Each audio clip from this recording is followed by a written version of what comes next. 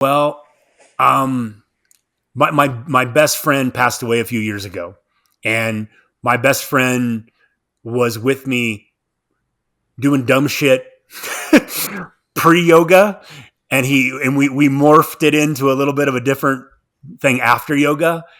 And truthfully, I've made so many friendships through yoga, and I've got guys that I go ride motorcycles with that do yoga. I've got guys that if we want to go out and go see music, I love live music. I go with the yoga people, and that's the beautiful thing is you just got to put yourself in that environment.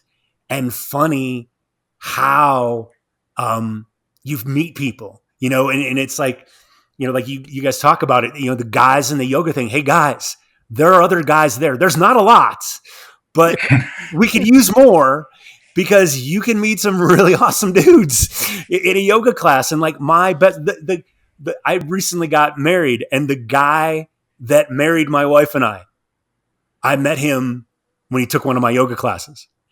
So it's like, it's different people that we do different things with, but you're going to find great people. Larry, what's up, pal? Derek, my man, how we doing? Doing great. We got a good one today. We do have a great one today. I'm wearing my big fuzzy sweater, my dude sweater, because it's still freezing in the barn, man. I mean, we're in March, almost April, and I'm still freezing in here. I know it's a little nippy down here in the basement. I got my layer on too. We look very much like we're living in Colorado, which is very appropriate for our next guest here today. It sure is. You actually were just in Colorado with our next guest. I was. So who do we have today, Larry? We've got Mark Stefanowski, full throttle yogi and yoga. And this was a great interview. They're all great. These are our babies, so they're all great. But Mark's got an awesome spirit. He's got a great story. Tell us the story. Great energy. And you went to his class. So give us the nuts and bolts, man. Yeah. So Mark, so he's been a teacher for 14 years. And he's also the founder of Full Throttle Yoga, which Mark will talk about. But he got into yoga, with the DUI Christmas Day in 2008. And he kind of realized that he needed to make some changes in his life. And he got into yoga. And it was actually in his basement using VHS tapes of classes by Bryan Kest, who we both know well. And that led to going from the Kest tapes to Bikram yoga and ultimately CorePower Yoga, where he got trained and certified. And now he teaches. And I met Mark when I was in Colorado a couple of weeks ago for a quick ski weekend. And we met up and I took one of his classes at CorePower. It was 5:45 in the morning, which was perfect for the East Coast guy who was up since 4. And he leads a great class. It's, I'll say this. He also has a great community around him. And this is a group that stuck with him all through COVID. And it was a packed class Friday morning at 5:45. Nice little vinyasa flow. Man likes his chaturangas. And we had a great time, and we caught up a little bit afterwards. We grabbed a cup of coffee before his next class, and it was just awesome to see Mark and catch up with him in real life. And that's great, dude. And I'm jealous that you got to do that. And that is, one of the perks of this show. We don't have a 401k on this show yet, but what we do have is the option to meet these great people and then go out there and study with them. And, you got to see Mark. I'm getting ready for a trip out to Santa Fe, New Mexico in May. I'm going to get to meet Dave Johnson, who we just dropped a couple of weeks back. He's going to put me through my paces, I think, in a hot yoga class. I don't know if we'll be popping up in handstand, but we're going to see. You might have some handstands. I might have some handstands. And, like you said, Mark's going to talk about this more in the episode, but he teaches at CorePower Yoga. He teaches the CorePower Yoga thing there at Core Yoga, Core or whatever. Yeah. And his Full Throttle Yoga, he teaches in breweries. Yeah, no, it's which great. Is great. It's and a he's got a great donation-based following. Class. It's great. Yeah. I mean, that's right out of the Kest playbook. And you know what's awesome? Check this out. Under the dude sweatshirt, I'm sporting the Santa Monica Power Yoga t-shirt of Bryan Kest's. And incidentally, Brian's coming to Kripalu August 8th, 9th, and 10th to do his Power Yoga weekend, and I'm going. It's my birthday weekend, August 10th, Derek. I'm super excited to wake up and do 3.5 hours of Power Yoga if I can make it that weekend. So if anyone wants to come, I'm sure we'll be talking about that more and giving you more info about that. But this week, it's all about Mark Stefanowski. Great guy, great beard. We were talking about our beards. I had to shave mine off. They might have the viewers here might have noticed, but Mark got a great beard. He's a great guy. Mark Stefanowski. Here we go. Unfortunately, or fortunately, depending on how you look at it, I got a DUI on Christmas Day in 2008. And it was one of those moments where, you have to kind of take a look at yourself and go, this isn't working. I need to make some changes. Yeah. And my wife at the time was doing yoga, and I couldn't go out to the bars. I couldn't do a whole lot of stuff. I needed to kind of make some changes. And I started doing yoga in the basement on a VHS tape. And actually with Bryan Kest, who you guys had on. I watched some of that. And that was back when Bryan had the big, long, flowing hair, and he'd teach in jorts. It was hilarious. and so I went from basement yoga to Bikram yoga, and from Bikram yoga to CorePower Yoga, and did that, about 2 years in the studios. And then my marriage was not the best. And, I knew things were falling apart. And ironically, the day I started my yoga teacher training was the day that my wife moved out for a separation. And so I needed to, find a community. I needed to find people. And that's why I signed up for it. And after that, I taught my first yoga class in a Harley repair shop. No kidding. Really? Yeah. I love it. Yeah. Can I ask you real quick before we go this far in this direction? Yeah. I'd love to know. You kind of tipped your hand a little bit to answer this, but who were you? What kind of guy were you 2008 prior to that first yoga class? Let's see. I was in an awful marriage. I was drinking too much. I was doing all of the things that I probably shouldn't be doing. I was a salesperson in a large company, and I was a very good salesperson. And so I was grinding hard. I was working hard and playing hard, and not in any healthy way whatsoever. And funny how those dominoes start to fall, and they ended up all falling down, and it was time to find some new dominoes, basically. Had yoga at all entered your? Well, I guess your wife had been doing it. What Yeah. do you remember, like pre-2008? What your thoughts on yoga were? Remember, I was living in Boulder at the time, so Right. so You had an It was image. You had those an image people. in mind. Right. yeah, it was. I mean, hello, you crystal gripping hippies doing your yoga stuff. So, I didn't exactly have the most favorable perception of yoga. Yeah. But We get it. I was enjoying it. And truthfully, in hindsight, I think one of the reasons I gravitated towards it is I was hoping it was something that we could do together. And, eventually she moved back in with me, and we did do some yoga together. And then it just didn't work. That all fell apart a little while down the road. But, it just, once I got into it, I was like, hey, there's something here. I was the class, I'd go to the gym and I'd run and stuff like that. But there was definitely something a little bit more involved to yoga that wanted me to go a little bit further with it. What do you think the something there was? And again, I'm looking at this from a 14-year perspective, looking back. And what I believe about the practice of yoga is that it forces us to take a look at ourselves. And it creates space. And in that space, you're either going to continue to do what you've been doing, or you're going to have this room to go, hey, wait a minute. And that's, I talk about that a lot in my classes, is that little magic carpet yoga mat that we get to sit on is just this beautiful space for you. And as a teacher, I try to make it as valuable as possible for the students. But as a student, I take advantage of it as well. And, every change is initiated with awareness, and that space is another word for awareness. And then we just kind of take it off the mat, as we love to say, And What do you think? Like you said, you used to exercise when you were younger, right? Lifting weights and that kind of stuff. Running? Did you say you did running? yeah, I mean, I still run right now. I ran a 50-mile ultra marathon about 3 years ago. So No shit. yeah, Good for you. yeah. Jesus.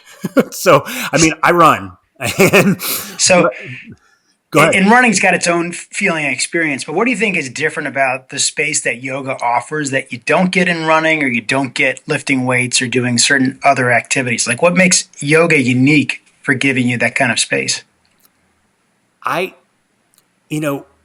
Interestingly enough, it's, you're in a room with other people. Although a lot of my practice right now is here at the house by myself. I think that there's so many magical things about yoga. And one of the magical things is that you, in a room full of people, are alone. And I don't mean that in a negative way. You get to carve out this little bubble for yourself. And I don't think running does that. And I definitely know lifting weights doesn't do that. And you just have this little cocoon. And while there's a lot going on around you, more of it's going on inside of you. And that is really, I think, that's the roots of where everything then kind of comes off of. That's awesome. So when you first got into it, did you just do did you do basement yoga for a while and then Bikram for a while, or how did you like progress through basement, Bikram, and then getting into CorePower? Well, and it's funny, as a salesperson, you don't ever want to look like you don't know what you're doing. So my corporate world made me want to like have some level of competence. And that's what the sales deck's for. You just go to the slides, right? After the sizzle, you go right to the slides. Exactly. Yeah. Well, apparently my sales deck for yoga was a VHS tape in the basement. and it got to the point where I only had that one VHS tape. And I think I had like that P90X yoga, and that might have been part of it too. Yeah. And I just was like, okay, this is boring. And I heard about Bikram, and that's it literally was like, okay, I have a relative understanding. I want to push myself a little bit more. And so then I went to Bikram, and I got bored with Bikram, and I don't knock it because I didn't know any better at the time. And that's interesting because you suffer so much doing Bikram. I don't know how anyone could be bored. Well, and maybe it's just so brutal. You're like, I mean, how could you space out and be like, I want more? Yeah, maybe I just wanted to move a little bit more, and then I knew that CorePower had some hot classes, and the class at the time was called the C1.5, and I remember I would wear like those long like basketball kind of mesh shorts. And I would go in the back row right in front of the fireplace, and I would just go, 2, 3, 4 times a week in that same spot. And,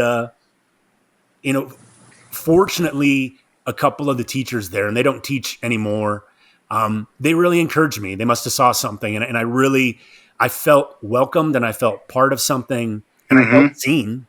And they just kept me coming back. Yeah. What for those who are listening who don't quite know what Bikram is, how would you describe what Bikram is? Hot powered hell. So, and yet boring. Yeah. Right. Bikram yoga to me, what I love about Bikram now is it's, the 26 poses that Bikram created. It's done in an extremely hot room, 108, 110 degrees with super high humidity. And it is the same sequence every time you go back, and you do the same poses over and over in this incredibly hot room. And it challenges you, and it pushes you, and it's amazing what it does. And it's those same poses over and over and over again. And there's some genius in that. There really is. Him as a person. But it becomes predictable, right? Yeah. Well,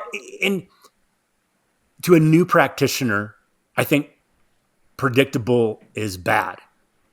To an experienced practitioner, I think predictable can be good, because now I know the poses. So I'm bringing my body of the day, I'm bringing my mind of the day, and I can spend time being more aware of my body and my thoughts. And I'm not having to go, the teacher wants me to do what, this, that, the other thing. I don't teach, to this day, I do not teach hot yoga because I want to save that particular practice for myself. When I want to kind of check out, I can go into a hot yoga room. Now, granted, as a teacher, I've got some experience, but I don't teach that format, and it's deliberate because I want to have that as a safe place for me. Can I ask, we've talked a lot about, we talked about power yoga and CorePower Yoga, and Bikram hit a lot of the sort of physical aspects of yoga. But when for you did the shift start to happen where you're like, I want to go a little bit deeper into yoga philosophy and what this thing really is on a larger, deeper scale? Do you remember? I think I did like a workshop type class, and part of that workshop, it was the dumbest name. It was called Yogi Training. Okay, dumb name, but it explored the physical side as far as getting to know how to do yoga in your body, and then it brought in the philosophy side, and that kind of unlocked that. Now, ironically, the way that I deliver classes right now, I teach a very contemporary style of yoga. So I'm not leaning on the ancient yoga philosophy. I'm leaning on contemporary wisdom. But I believe that if you're not thinking, you're doing a fitness class. If you're thinking, you're doing yoga. And so as a teacher and as a student, I value that side of it. Again, there's the space. And in that space, as a student, we get to have the seed planted. And as a teacher, it's my job to plant the seed. And then the student gets to take that, or I get to take that out into the real world. It just so happens that, my seeds are not based on the Yoga Sutras. My seeds are based on my life experiences and the things that kind of I hear from students and I see in the world. I try to keep it very relevant and very contemporary. So yeah, when I was going to ask if you could sort of distinguish for some folks, since you brought it up, like when you say contemporary yoga, what do you mean for people? So I think a lot of people would picture yoga like this. I teach this kind of yoga. It's my kind of, that's my kind of yoga, man. You're not going to put your foot behind your head, but you're going to pull your head out of your ass in my class. Okay. You are a Bryan Kest disciple, aren't you? That's right. I think, I love Bryan's stuff. I might push it a little further than Bryan does, but it just works for me.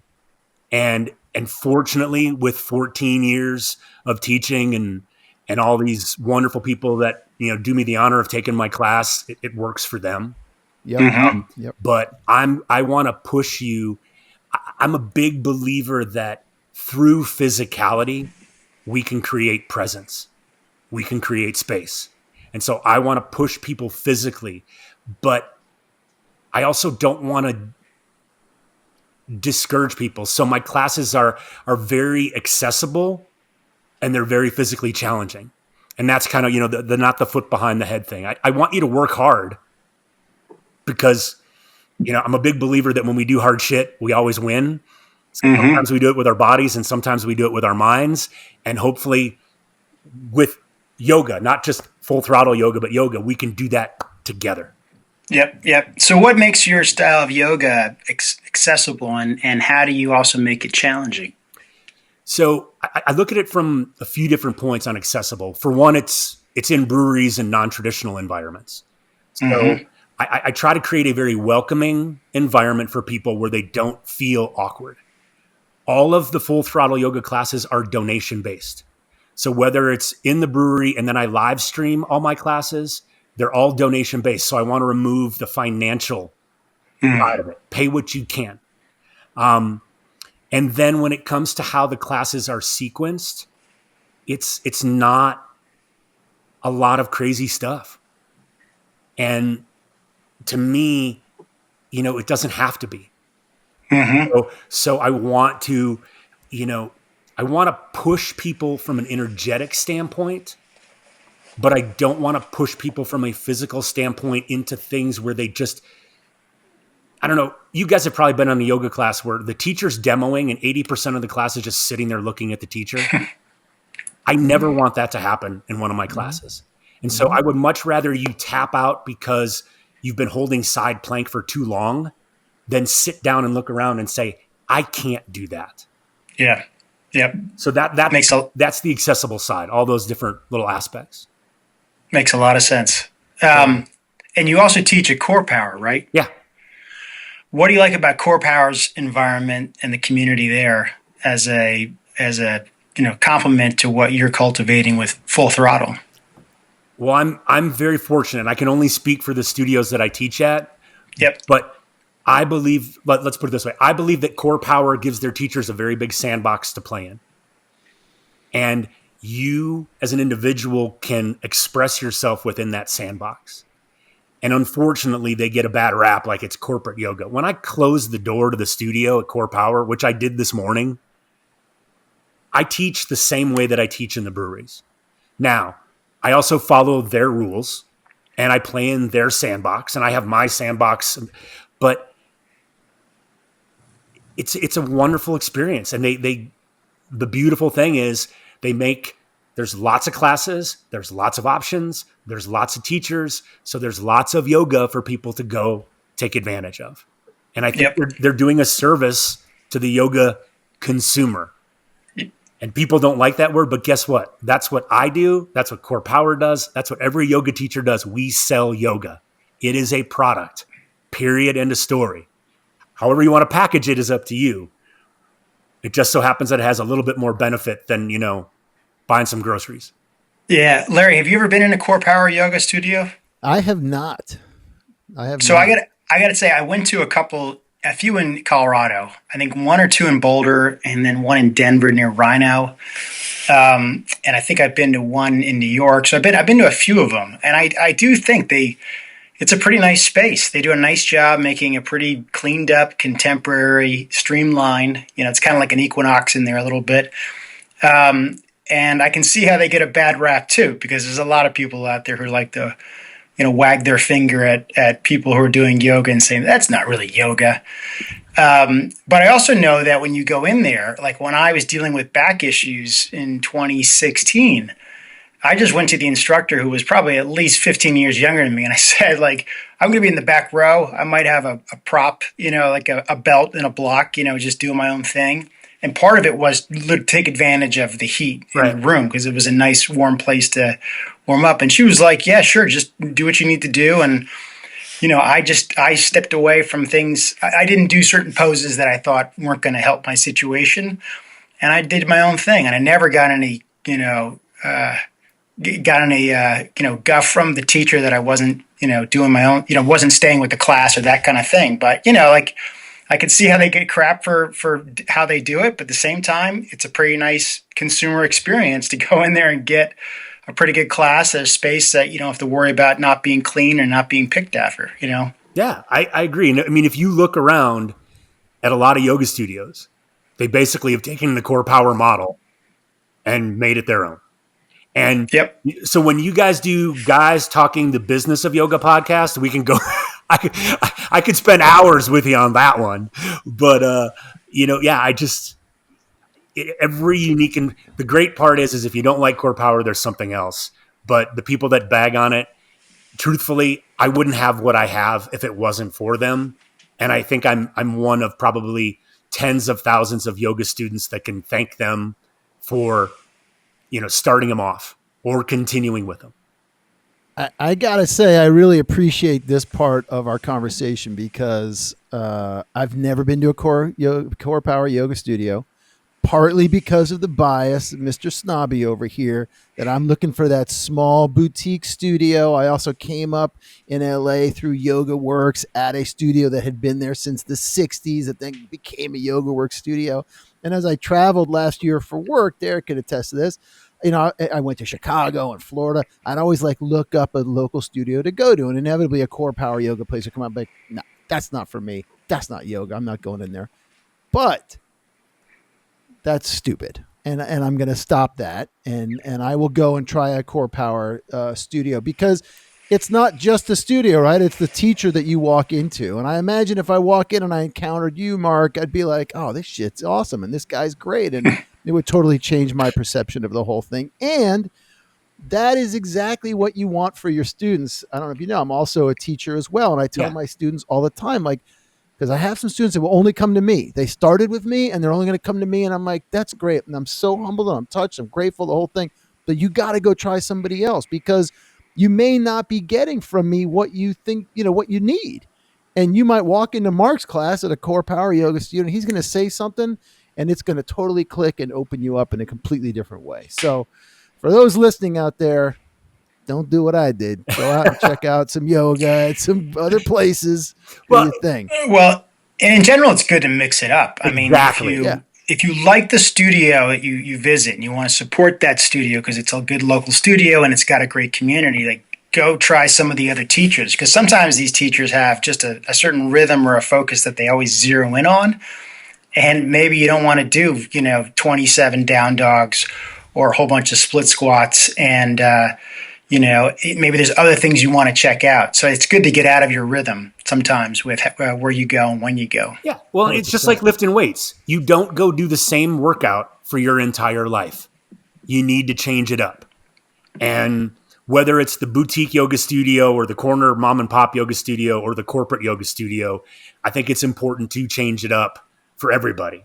And to your point, you don't know what you don't know. I wouldn't say it was dumb to not go, but you had your bias. And so we want to cross train a little bit in our yoga.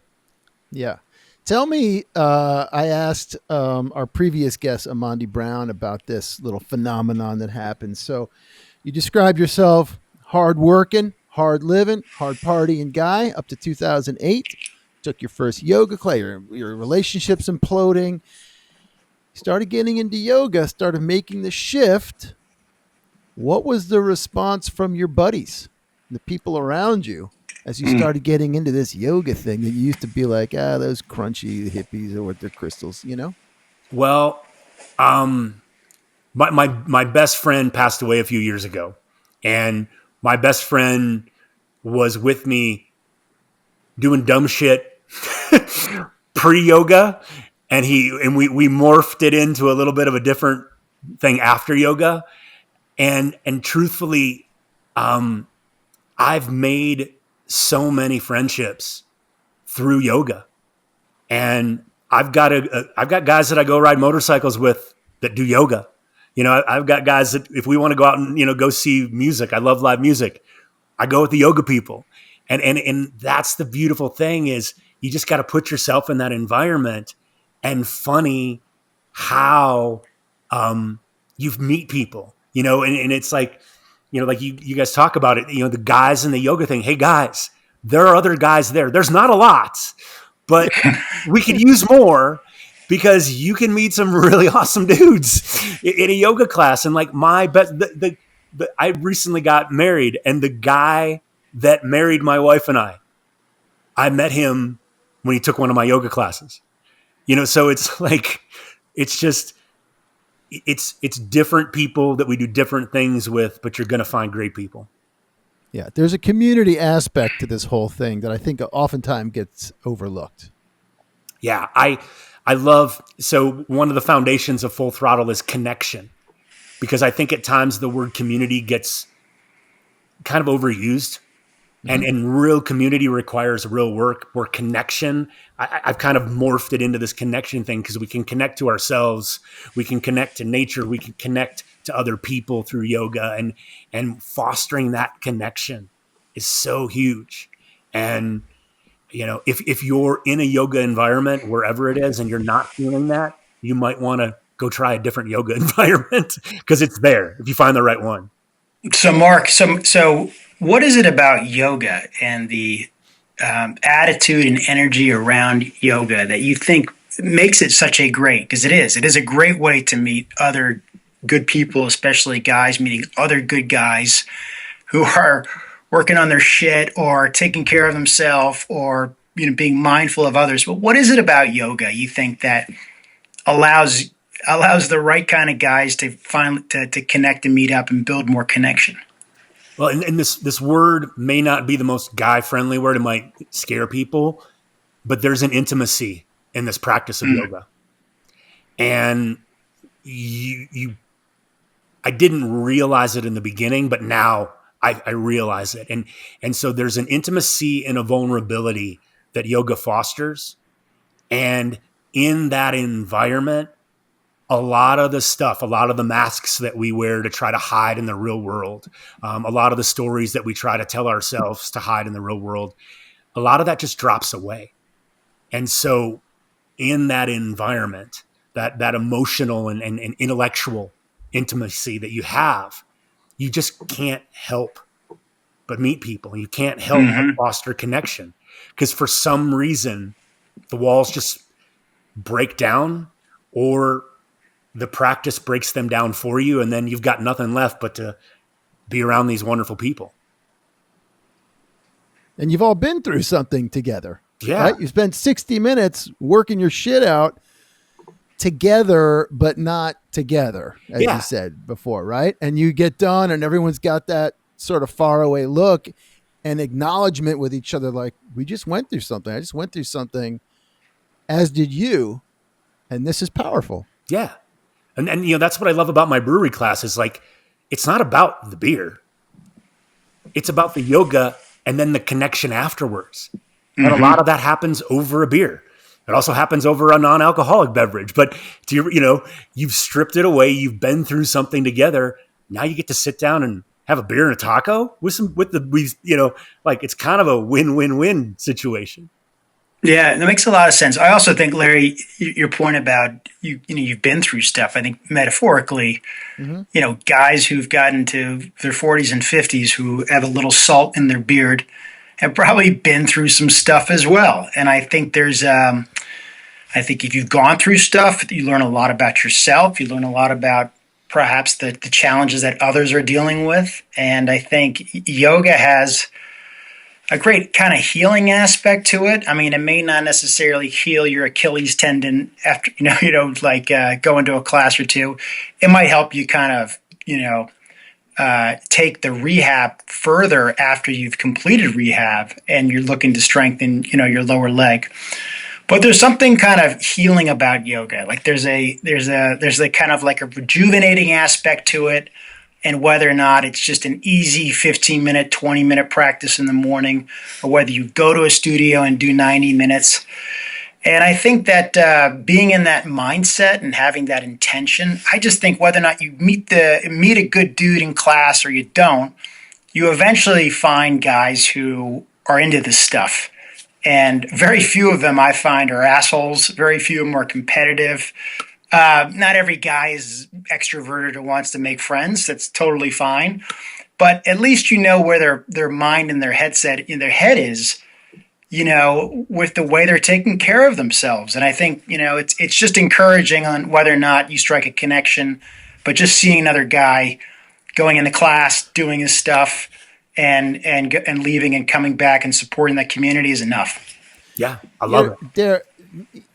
We haven't explored this part of yoga yet, but as you say all that, it makes me sort of think and realize that yoga is humbling. I don't think we've ever really used that term when we talk about yoga, but it is humbling to anybody, right? I mean, a down dog is a down dog is a down dog, and or a warrior to whatever it is, or a headstand for some people, and it's humbling. And I think that's where the yoga sandpaper comes in for people and starts to smooth out some of those edges, right? And then that's where everybody starts to have that connection and you feel a bit humbled. And absolutely. You realize it's bigger than you. Oh, absolutely. It's also kind of encouraging at the same time, because if you 100%. look 2 mats down to the right, there's some guy who looks like he's humbling more than you are. Like he's just, there's always, you look around the room, it's usually the more alpha guys that I've found who are super into yoga are up in the front row, and you can just tell that they've been they're into being in the front row. But for the most part, you look around the room and every other guy is struggling in their own way, whether it's just their choices the night before, or the fact that their balance is terrible, or they're recovering from an injury, or they got 30 pounds too much they've been carrying for too long.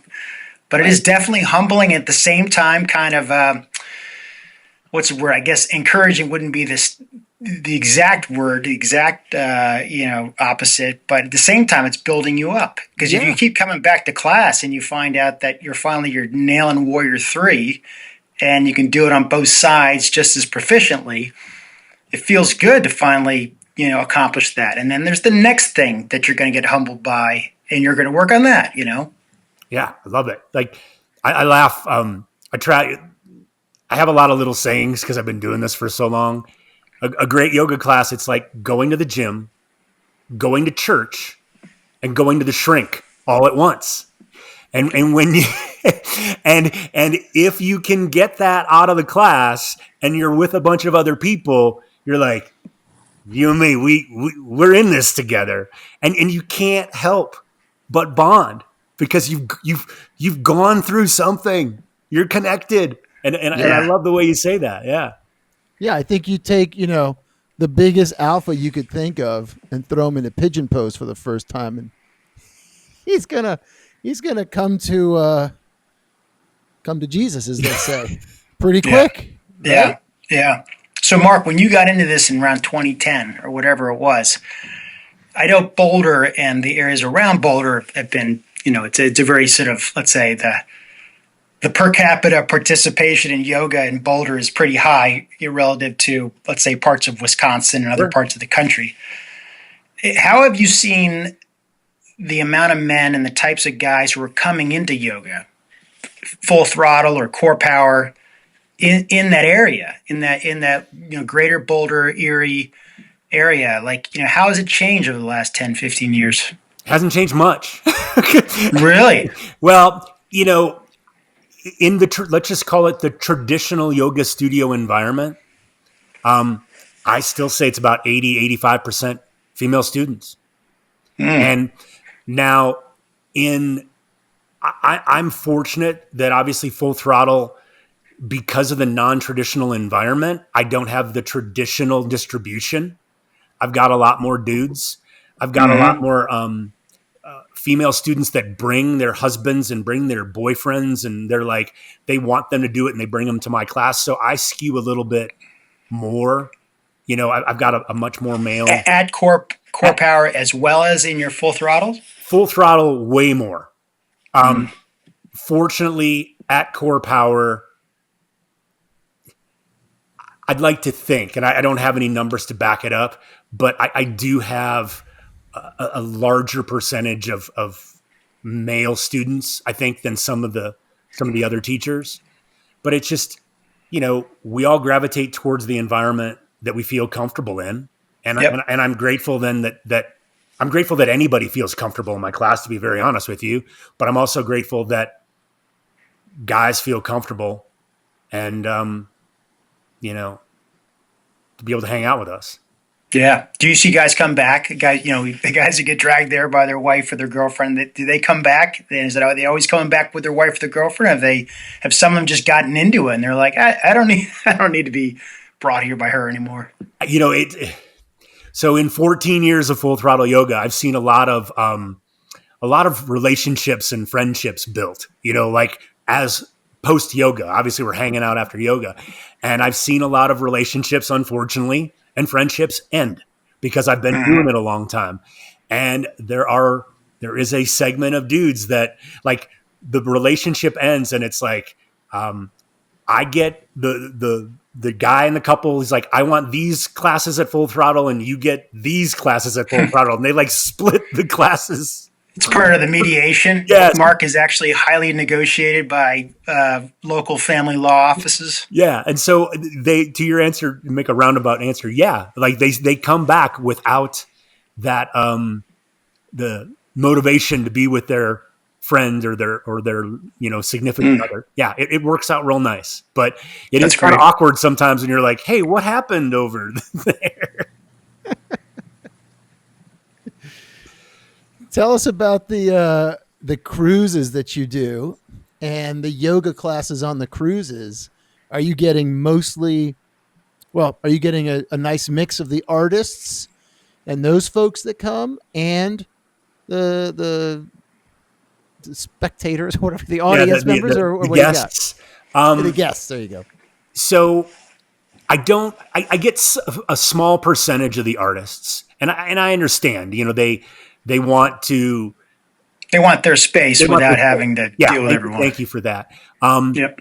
But, the classes this is a music cruise, and it's music and food and fun and all that comes with it. And I'm an activity.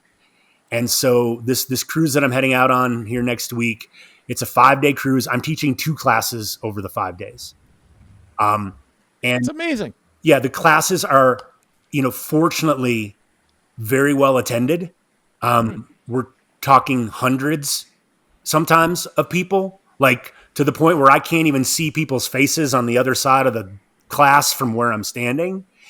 And I teach, again, I lean on accessible and physically challenging. Now, accessible and physically challenging on a cruise ship is different than here, but it gives them an opportunity to move. It really, I'd like to think that it gives them all the advantages that we were just talking about, but they're also on a cruise ship listening to music. So my job is to package for an hour or for 90 minutes what yoga gives them. And what's really cool is I get some people that'll log on to my online classes after the cruises and hang out with us and still be a part of it. But teaching yoga on a cruise ship is a very interesting endeavor. And it's a lot of fun. Not going to lie, it's a lot of fun, but it is quite the challenge at times. That is awesome, man. Good for you. So one question that comes up a lot is, and Larry and I talk about this all the time, is do you like listening to music when you do yoga or when you teach yoga? And if so, what kind of music do you like to practice to, or do you like to teach a class to? So from a practice standpoint, a lot of my practice now is at home, and it's in total silence. I don't want the music. And it's not that I'm anti-music when I want to practice, but being a full-time yoga teacher, I like to keep my practice to myself at home. And I set it up for me. And what's working for me right now is a less physical, shorter duration, no music practice. My classes are the exact opposite. We rock and roll, period, end of story. And, that either really hooks students or it's polarizing. And I'm very aware of that. But, we flat out rock and roll, and the music is loud and the music drives the class both up and down, and the songs are chosen intentionally to try to maybe hit certain emotions and things like that. But we rock and roll when it comes to full throttle yoga. We don't mess around. So what kind of tunes do you play? I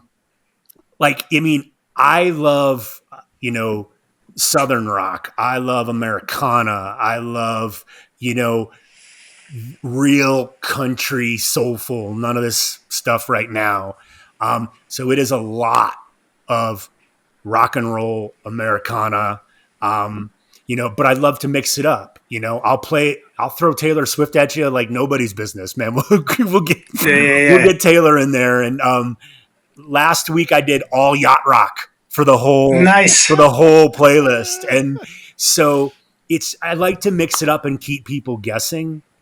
But and it's I get to listen to those playlists 10, 12, 14 times a week. So I want music that I want to hear, but I also want to make sure that I give the students something. Yeah. And so we mix it up. But it's a contemporary practice, full throttle yoga. And there's a driving musical force behind it. So you got some Allman Brothers, some Marshall Oh Tucker, yeah. some Leonard Skinner, Oh right? yeah. What Oh else? yeah. What else is in the? What else flavors in I'm there? trying to like like I love Jason Isbell. Yeah. Today I played Charlie Crockett. So, and you like to throw in some more poppy, more current stuff, right, Mark? Oh yeah. I mean it's not you got to mix it up, but you know, fortunately one of the regular compliments that I get from students are loved the playlist. To the point where I make my playlists private on Spotify because I have students that will go and stalk what is he playing this week, and then at the end of my week when the playlist is retired, then I make it public so they That's can go in awesome. and listen to it. That's great. I think that's really great. So let me jump back to the reasons why the benefits of having a home practice in silence. What do you think? Because I think people who are new to yoga, they need a little something to move around to. Sometimes listening to songs can be distracting on trying to pay attention to yourself. But what are your reasons for why you like to having the silence? Again, it comes back to that space, and I don't want to fill that space with anything other than my thoughts. Mm-hmm. And I want to give, yoga teachers, our job is to serve our students and to give. Well, my home practice is for me, and I don't want the distraction, and I just want to be able to be with my thoughts and feel what I'm feeling and think what I'm thinking. And oftentimes post practice, I'll pull out my journal and I'll have some ideas and I'll write some stuff down. And so I just I'll start to bob my head and sing along, and that doesn't allow me to think really well. Yeah, right. Or even, I mean, instrumental is one thing because at least you're not thinking of lyrics and paying attention to lyrics. And there's so much great instrumental out there. I mean, Larry, you've got a deep bucket of music that you do. Do you do music at home when you practice, Larry, or do you just do it when you're teaching at the studio? I do it at home too. I mean, but it's funny, Mark. I just went to your 119.25 playlist, and I just saw you've got some Steven Wilson Jr., Son of Dad, on here, which is a fucking ridiculous album. If no one's listened to that, by the way, you got to get that record. But music was a lot of part of my initial yoga classes, way back.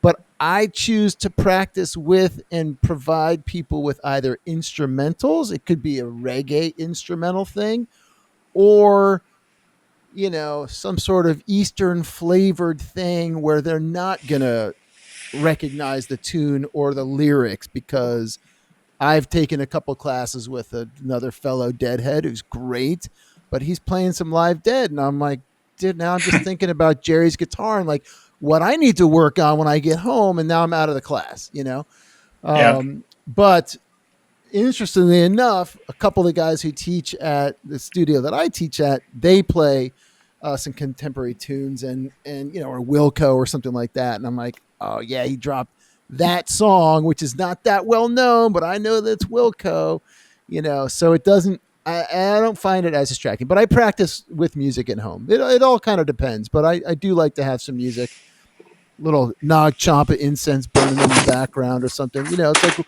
one or two things that just sort of put your mind in that spot. But usually it's just rolling the yoga mat out is the call to say, okay, it's time, Yeah. And that's one of the beautiful things about the practice is there's something for everyone.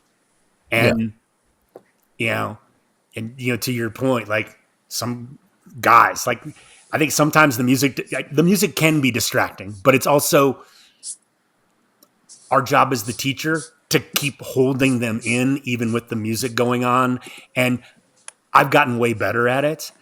But if somebody's gonna come in just to listen to the music and move, and that's what it is, cool. Come on in. It's better that you come on in than you don't. Right. But I think the silent practice evolves. Yeah. I remember doing Ashtanga, like traditional Ashtanga, and it's like, whoa. Back in the early days, I'm like, this is weird. And now I love it. Yeah. I mean, I was telling Derek and Amandi in our last episode that a lot of times I'll get the music going, and like somewhere in your second or third sun salutation out of several, I might just stop the music so that everybody's listening to their breath, and you listen, and we're also who's not breathing, right? And then practice in silence, and then I'll start to bring it back up, But yeah, that's a nice touch. I like that. Thank you, Derek. I appreciate that, buddy. So wait, you can take your classes virtually, you said. Yes. And so and those are the ones that you do at the brewery. Yeah, the Sunday at 10:30 Mountain Time and Thursdays at 5:30 Mountain Time, those you can take on Zoom. And I have a way I split the audio. So one audio channel into the room, one audio channel goes into Zoom, and you get the full playlist experience. You get the boom boom.